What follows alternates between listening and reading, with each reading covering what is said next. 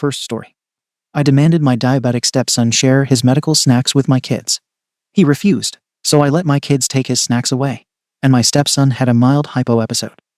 Now my kids are getting punished at school and labeled as bullies, and are getting bullied. So I demanded my stepson apologize. Now I'm regretting it. Everything has been ruined. Look, I'm not trying to win some Stepdad of the Year award here, but I do think I've done a decent job blending two families together under one roof without making it a constant war zone. My 39M wife 36F and I have been married for 3 years. She has an 11-year-old son from her previous marriage, and I have 2 kids of my own, a 13-year-old daughter and a 10-year-old son. All 3 kids go to the same school, so naturally, it made the most sense for me to handle drop-offs and pickups. My work schedule is flexible, and her ex isn't always consistent with transportation. Her son was diagnosed with type 1 diabetes about 7 months ago. It was a rough time for all of us, adjusting meal times, tracking sugar levels, panic attacks over low blood sugar, the whole thing. I get that. I've never once tried to downplay the seriousness of it. I even went with her to a few doctor appointments in the beginning to understand what to do if something happened on my watch. But somewhere along the way, her son became untouchable. That's the only way I can describe it. Any comment, any suggestion, anything short of full-on doting and bending over backwards for him, and I'm the bad guy. I'm accused of being insensitive, cruel, or worse, not respecting medical boundaries. This all came to a head because of snacks. Yeah, snacks. My wife packs specific snacks in her son's lunchbox: granola bars, glucose gummies, a juice box, and sometimes crackers. She's explained to me that these are in case he goes hypoglycemic at school. Fine. Totally makes sense. But the issue is that my kids sometimes take a couple of the extras out of his lunchbox in the car on the way to school. Not maliciously, they're siblings, it's a car ride, and snacks are tempting. I've told them not to do it repeatedly, but sometimes it still happens. I don't think it's that deep. I've told my wife a dozen times he's not starving. We're not neglecting him. We're talking about a juice box or a couple crackers. My kids eat fast, they're constantly hungry, and frankly, we're already spending a fortune on all these special snacks. I've even asked her why she can't just pack the same thing for all the kids to avoid this whole thing. Her answer: because your kids don't need them to survive. Which, okay, medically sure, but I don't think it's unreasonable to treat all the kids equally when it comes to simple things like snacks. My wife is extremely protective of her son, which, again, I get to a degree, but she treats my kids like they're borderline intruders. For example, last month, my daughter borrowed a hoodie from her stepsister without asking, and my wife acted like she committed a felony. But when her son leaves his crap all over the house, he's still adjusting to everything. My kids have eyes. They see the difference in treatment. And yeah, it creates friction. Anyway, back to the school run. After the 3rd or 4th time my kids took a snack from the lunchbox, she blew up. Like a full-blown meltdown. I thought she was going to file for divorce over a Capri Sun. I told her again that I did talk to the kids, and they promised they wouldn't do it again. She wasn't satisfied. She wanted me to treat the snacks like prescription meds locked away, untouchable. I told her I wasn't going to treat snack policing as some high-security operation. She even went so far as to accuse me of endangering her kid, which really pissed me off. I asked her, has he ever actually had a medical emergency because of the missing snacks? Answer: no. His teachers all have emergency supplies, the nurse is aware, and she herself said he's never had a full-blown episode at school. So what the hell are we really arguing about? Despite that, I agreed to keep a closer eye. I told the kids hands off, no exceptions, not even one cracker. They rolled their eyes but said okay. And for about a week, everything seemed fine. Then earlier this week, her son came home and told her that my kids took his snacks again. Says they grabbed the lunchbox in the car, opened it, and pulled stuff out before he could stop them. He told her that when he tried to protest, I got mad at him for not wanting to share. Not gonna lie, I did. I scolded him. Maybe I was a little harsh, but here's the thing: I don't want him growing up thinking the world revolves around his health condition. I know that's not a popular opinion, but I've seen it happen. I've got a cousin who was diabetic growing up, and his whole identity became the sick kid. He got babied to hell and back, and by the time he was 18, he couldn't function without someone hovering over him. So yes, I told him that while his snacks are important, he doesn't need to treat everyone else like a thief or an enemy. I told him to stop snitching on his step-siblings over minor things and learn to handle it like a part of a family. Maybe I could have used softer words, but I wasn't screaming at him or anything. My wife didn't take it that way. She lost her damn mind. I was in the kitchen making dinner when she walked in red-faced, slammed the cabinet door, and told me her son would never be getting into a car with my kids again. She said she didn't trust me to protect him, said I, enabled the whole thing, and accused me of treating him like a second-class citizen. She told me she'd already called her ex and arranged for him to take over school transportation permanently. That's where I drew the line. I told her flat out she was creating division between the kids and making her son feel like he's above everyone else. I said she's teaching him to be selfish and antisocial, and to play the victim card every time he doesn't get his way. She wasn't hearing it. I could tell she'd made her mind up. She walked away mid-conversation and refused to talk for the rest of the night. Now she's stonewalling me like I'm the one who messed everything up. The next morning, I found out from my daughter that her stepbrother didn't ride with them. Her mom had already arranged for her ex to pick him up and drop him off from now on. I didn't even get told directly. I had to hear it from a kid. That pissed me off more than anything. It wasn't just about snacks anymore. It was about how quickly she dismissed me as a parent figure. I've been there since her son was 8. I've taken him to doctor appointments, checked his glucose monitor when she couldn't, and made emergency runs to the pharmacy when she forgot to refill prescriptions. And yeah, I've made mistakes, but I've been there. She acts like I'm some clueless roommate when it suits her. What's worse, now I have to deal with the awkwardness every morning and afternoon loading up my kids, while their stepbrother gets his own private chauffeur. My son asked me, "Why doesn't stepson ride with us anymore?" I didn't even know how to answer. I just said, "Ask your stepmom." She still won't talk to me like a normal adult. Everything is cold. One word replies. She barely makes eye contact. I know that routine. I've seen her give it to her ex when she thought he did something wrong with their son. Now it's directed at me. What really pushed things over the edge was the conversation 2 nights ago. I tried again to bring up how this whole situation could have been handled better.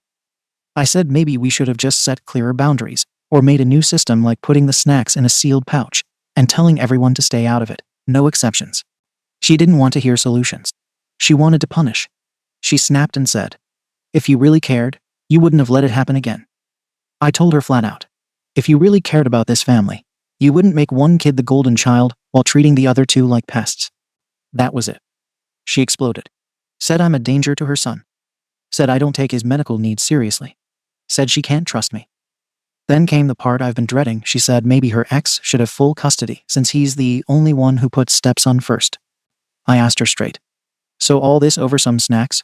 And she said, "No, it's about who's willing to protect him and who keeps putting their pride first." That's BS.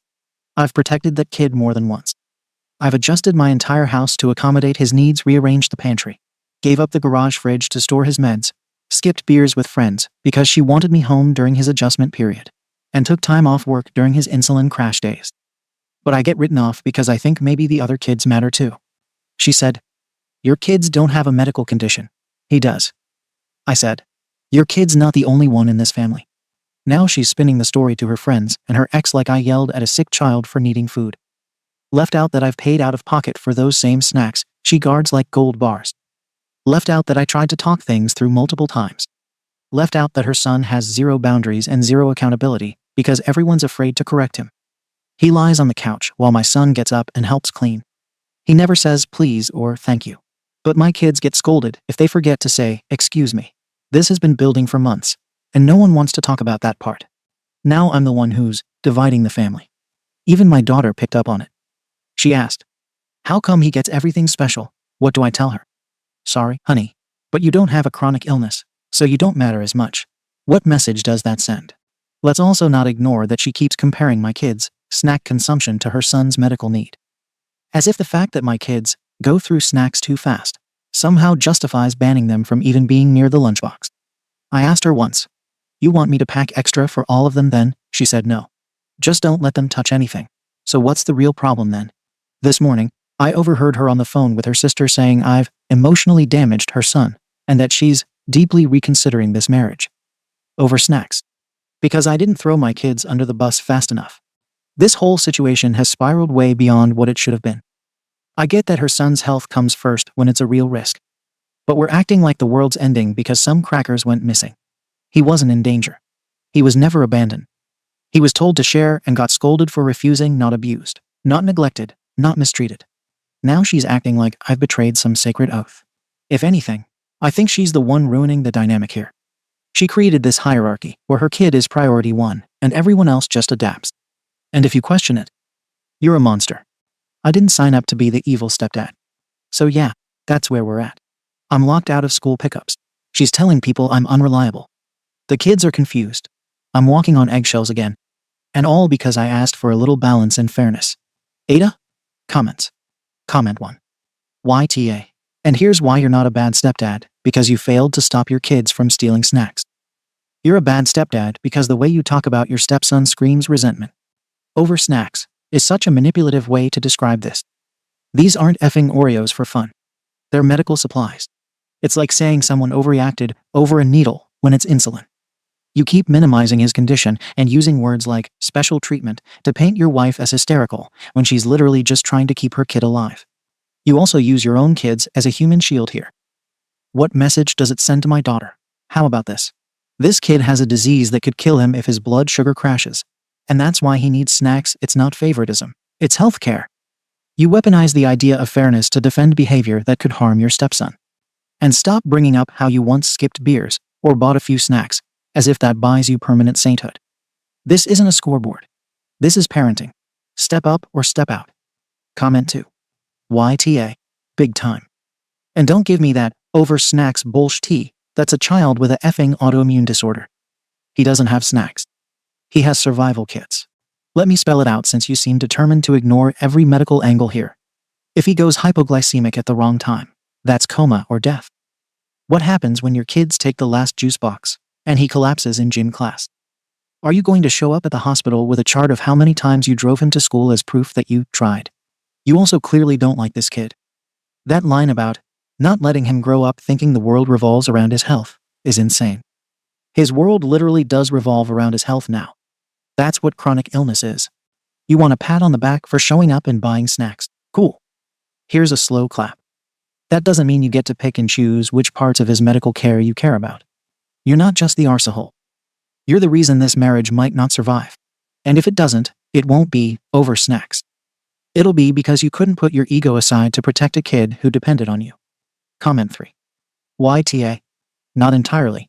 But dude, you're on thin effing ice and not seeing it. I've been in a blended family for 8 years. My wife's daughter has epilepsy. Yes, it makes things uneven. Yes, sometimes my biological kids felt like they got the short end of the stick. But here's the difference: I sat them down and explained it clearly. And I still held her kid accountable when she acted out. You're so focused on being fair that you're ignoring what fairness actually means in this situation. Treating each kid according to their needs. That said, your wife sounds like she's not budging or collaborating either. Cutting you out of pickups without a single conversation is not okay. That's a family logistics decision, not a punishment tool. So yeah, I get why you're mad. But you also kind of made your bed here. The second time your kids touched that lunchbox, you should have laid down the law. Instead, you lectured the diabetic kid about not sharing glucose tabs. You're not a monster. But you need to take the L here, apologize sincerely, and actually implement rules your kids follow. If not for her sake, for yours. This is how blended families fall apart: slow death by small fractures. Update. Didn't think I'd be back here. But things escalated faster than I expected. The day after my wife cut me out of school pickup, her ex showed up at our house. Middle of the afternoon. I was in the garage when I saw his car pull into the driveway. No text, no warning. Just parked, got out, and walked to the front door like he owned the place. I went inside fast. I wasn't going to let him stand on the porch like he's doing us a favor. I opened the door, and he didn't even say hi, just looked past me and said, "I'm here for my son." That was the moment my blood effing boiled. I said, "He's still getting ready. You can wait." He just crossed his arms and stood there, looking around the house like he was checking to see if his kid was safe or some SHT. My wife walked in, gave me a look like I was the one being aggressive, and just told her son to grab his bag. No acknowledgement, no effort to diffuse the tension. I felt like a damn outsider in my own home. This guy doesn't even live here. I do. But suddenly, he's the go-to safe parent, and I'm the unreliable one. That hit a nerve I didn't know I had. After that, I decided I wasn't going to sit back and be the villain while everyone acts like I'm neglecting this kid. So I came up with a solution. I made a new rule. No one touches any snacks without asking, even ones in lunchboxes. From now on, all snacks are stored up front in the kitchen. Each kid gets a labeled pouch with what they're allowed to take, including my stepson's emergency ones. I thought it was a fair system. Equal access, clear boundaries. Wife hated it. Said I was treating it like a damn prison commissary. But I stood my ground. I said this way no one can claim favoritism or say they didn't know what was what. For about 4 days, things were quiet. Then we got the call from school. Apparently, my daughter 13F opened my stepson's backpack at recess and took one of his glucose bars. I don't know why. Maybe it was just instinct. Maybe she was testing boundaries. She gave it to her brother 10M because he said he was hungry. The stepson told a teacher. The school called it targeted behavior. They called me in for a meeting and hit me with the word I never expected: bullying. I was stunned. I said, "They're siblings. They share a house. They're in the same car half the week."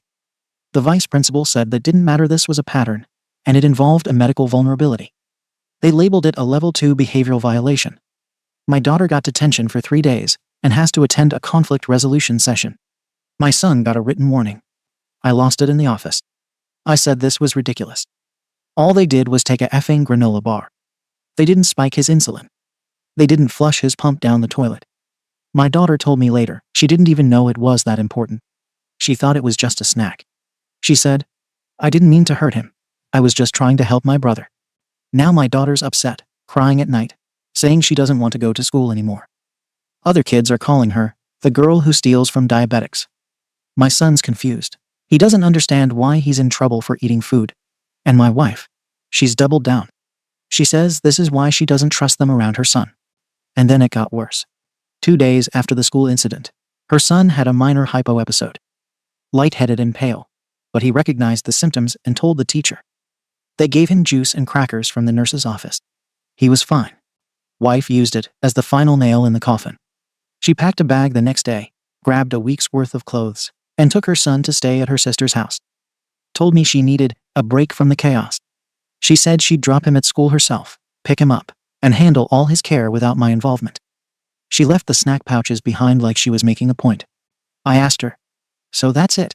Over a couple of granola bars?" And she said, "No, it's over you not giving a damn until someone else called it bullying." That's not true. I do care. But I also care about my kids. About the fact that they're now branded as bullies because they acted like, well, kids. I told her, "You're punishing the wrong people. Maybe your son shouldn't leave his backpack lying around." She looked at me and said, "You still don't get it." She's right. I don't get how this became a referendum on my entire parenting. My kids didn't act with malice. They didn't try to hurt him. They didn't even know the snack was essential in that moment. They're not sociopaths, they're hungry middle schoolers with poor impulse control. But now they're marked. And meanwhile, her son gets everything handed to him. Private pickup. Full sympathy. An army of people ready to scream medical neglect if someone else breathes too hard near his granola stash. What bothers me most? Not that her kid had a scare. Not even that she left. It's that my daughter now walks around ashamed. My son keeps asking if they'll get kicked out. They've never felt like less than in this house until now. I wanted fairness. I wanted boundaries. But I'm the only one who seems to think the word family includes everyone. So yeah, that's where we are now. Stepson's gone. My wife's barely texting. I'm stuck trying to parent 2 kids who feel like criminals.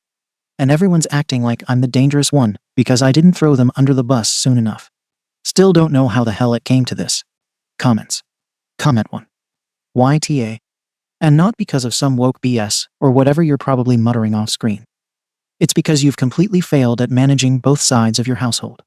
You've got one kid with a serious chronic illness, and instead of building a system around his medical needs, you built a system around your sense of fairness. You wanted everyone treated the same, but they're not the same. One of them can literally pass out if he misses a snack. The others just get hangry. And now? Your daughter's being called a bully. Your son is confused. Your stepson had a medical episode. Your wife walked out.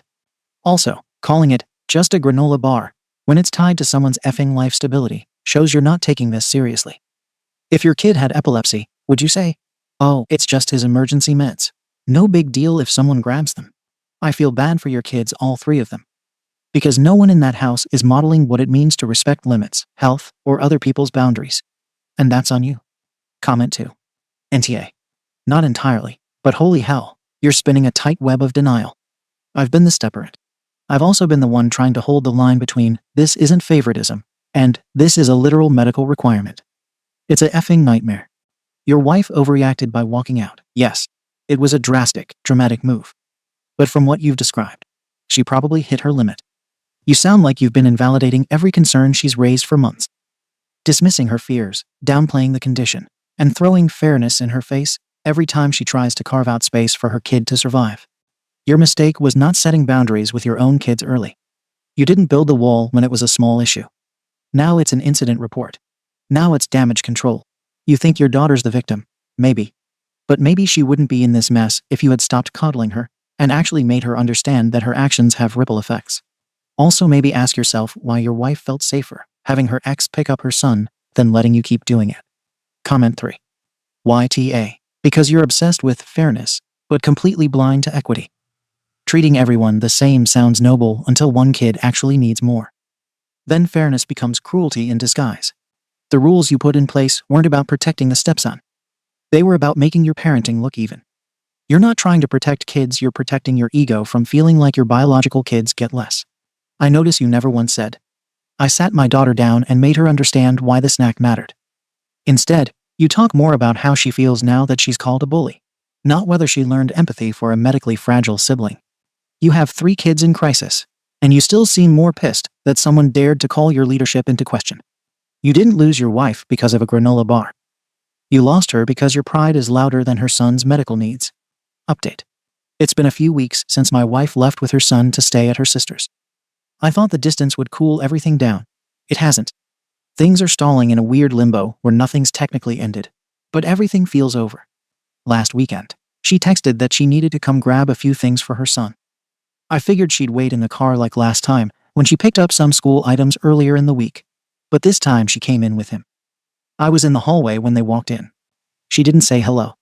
Didn't even make eye contact. Just said, in a flat voice, "We're just here to get his charger and sketchbook." The kid didn't look at me either. No anger, no eye roll, just complete blank avoidance. Like I wasn't in the room. He stuck close to her side, head down. They got what they needed and left without a word.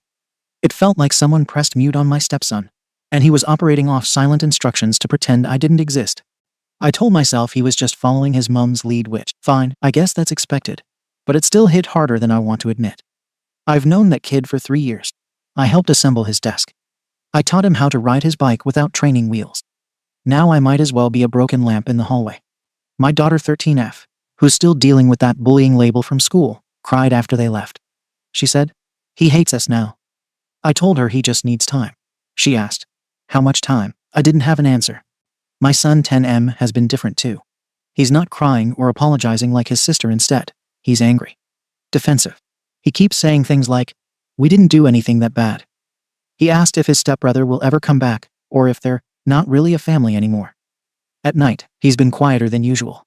But then he'll have sudden outbursts where he kicks his door or throws his shoes harder than needed. He acts like he's not affected, but he's carrying it, just showing it differently. A few days later, wife came again, this time alone, to pick up some of her clothes. Same coldness. I tried asking her if she was planning to come back home soon. She said, "I don't know." Short. Distant. No window for discussion. I asked her what she needed from me to move forward. She said, "For you to actually understand what you did, not just say it because you're tired of sleeping alone." That pissed me off, but I held it back. We did end up going to a single-family therapy session later that week after she pushed for it. Her condition. I walk in acknowledging there were mistakes made on my end. I agreed because I figured if I didn't say yes, I'd lose any chance of fixing this. In therapy, I said what I was expected to say, that I understood I didn't handle things right, that I should have enforced boundaries earlier with my kids. I said I didn't mean for it to escalate. The therapist asked if I understood why my stepson feels unsafe with me. I said I didn't think unsafe was the right word, maybe uncomfortable. My wife didn't react physically, but I could tell from her face that my wording pissed her off. Afterwards, she didn't even ask if I wanted to continue therapy. She just said, "I need space to think about what comes next." That was it. The turning point happened 2 days later. Her sister showed up at our house mid-afternoon without warning. Not to deliver anything. Not to talk calmly.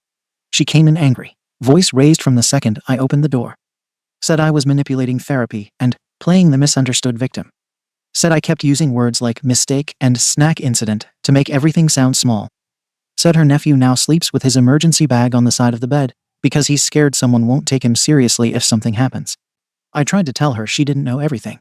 She said, "I know enough to know you center your own kids' feelings every time someone brings up your stepson's health." Then she hit me with, This whole house revolved around minimizing his needs so you wouldn't have to admit yours had consequences. Then she left before I could finish defending myself. Later that night, my wife texted, saying she wants to explore a two-household arrangement moving forward, even if we aren't calling it divorce yet. Something like nesting or parallel parenting. I said that sounded extreme. She replied, "So was watching my son get sick, while wondering if I was leaving him in a place where people still think snacks are fairness issues. I won't lie, I feel like everything is slipping out of my control. My kids are hurting. My wife is emotionally gone. My stepson acts like I'm a threat. And I'm stuck defending myself in circles because I still don't fully believe I'm the villain they've built in their heads. Yes, I could have handled things differently. Yes, I see now I was too focused on fairness and not enough on urgency. But I still don't believe I intended harm. That matters to me. But maybe intention doesn't erase effect. I don't know what happens next. But I'm seriously scared. I already lost my marriage, not in one explosion, but in slow motion, one stubborn stance at a time." Comments. Comment 1. Man, you are dense. You spent your whole post giving yourself just enough rope to hang your marriage on. Every apology was half-arsed. Every insight was laced with, "But I didn't mean to," or "I still don't think I'm the villain." No one cares about your intentions anymore. They care about your results. You had multiple wake-up calls, school stepped in, your daughter broke down, your wife left, and your stepson had a literal medical episode, and your reaction every time was to manage how you looked, not how anyone felt. That's the problem. You keep calling this fallout over snacks and fairness, when the truth is your family tested you with something serious, and your instinct was to argue logistics. You're not a monster. But you are the architect of this exact outcome. And deep down, you effing know it. Comment 2. YTA. And here's the hard truth. Your wife emotionally left this marriage weeks ago. And all that's left is legal paperwork and logistics. Why? Because you fundamentally cannot handle situations that require empathy without reframing them into a control or fairness issue. She realized she cannot trust you when medical stakes are high. And she doesn't want to spend years fighting with you every time her son needs something extra. Also, when her sister yelled at you, you focused on how she came in angry, not on why multiple adults feel rage in your direction. When your stepson was silent, you focused on how it felt weird, instead of asking what message your past behavior sent. When your daughter cried, you used it to validate your point that things went too far, but not to reflect on what message you modeled for her. You keep narrating your pain as if you're being wronged instead of recognizing this is a slow consequence of decisions you made over and over again. You're not confused, you're just refusing to fully accept the answer. Second story. I was sawed by a family member at 12. My pro-life parents forced me to keep the baby, told my neighborhood that I was sleeping around to protect the family member, and allowed me to get bullied by kids. Now I'm running away from my narcissistic parents with my daughter. I, an 18F, decided to bring my almost 5-year-old daughter with me, 5 hours away from my parents. I need to know if I went too far. When I was 12, I was sawed by a family member who was 17, and I became pregnant. My parents were pro-life and forced me to keep the baby, even when I begged them not to. I gave birth at 13 and bled a lot. I had a hemorrhage, and they performed a C-section and hysterectomy on me. I had a daughter, and when I was told I would never have kids again, I hated my parents so much for it. They made me suffer over something that was preventable. They decided to lie to neighbors and friends about how the baby was conceived, saying that I was sleeping around.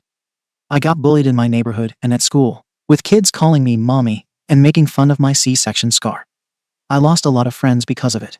There were rumors that I had STDs from sleeping around, and I probably didn't even know who the father was. The father of my daughter, he faced no trouble for the assault. When his family heard about him impregnating me at 12, they moved to a different place and changed everything.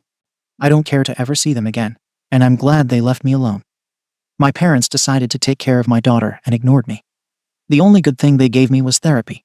At one point, I used to hate my daughter for causing me this pain. But in therapy, my hatred shifted more towards my parents. They knew that for my height, age, and weight, I could have died giving birth, and they didn't care at all. She was innocent in this, and I didn't want my daughter to be raised by abusive, narcissistic parents. I didn't want them to take away my motherhood. I didn't want her to have generational trauma.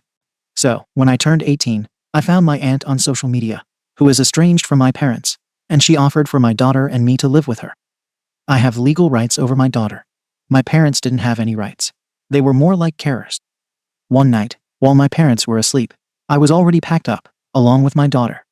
My aunt came and drove us to her place, and she's paying for my college fund too. and I decided to take a gap year to adjust to this new place.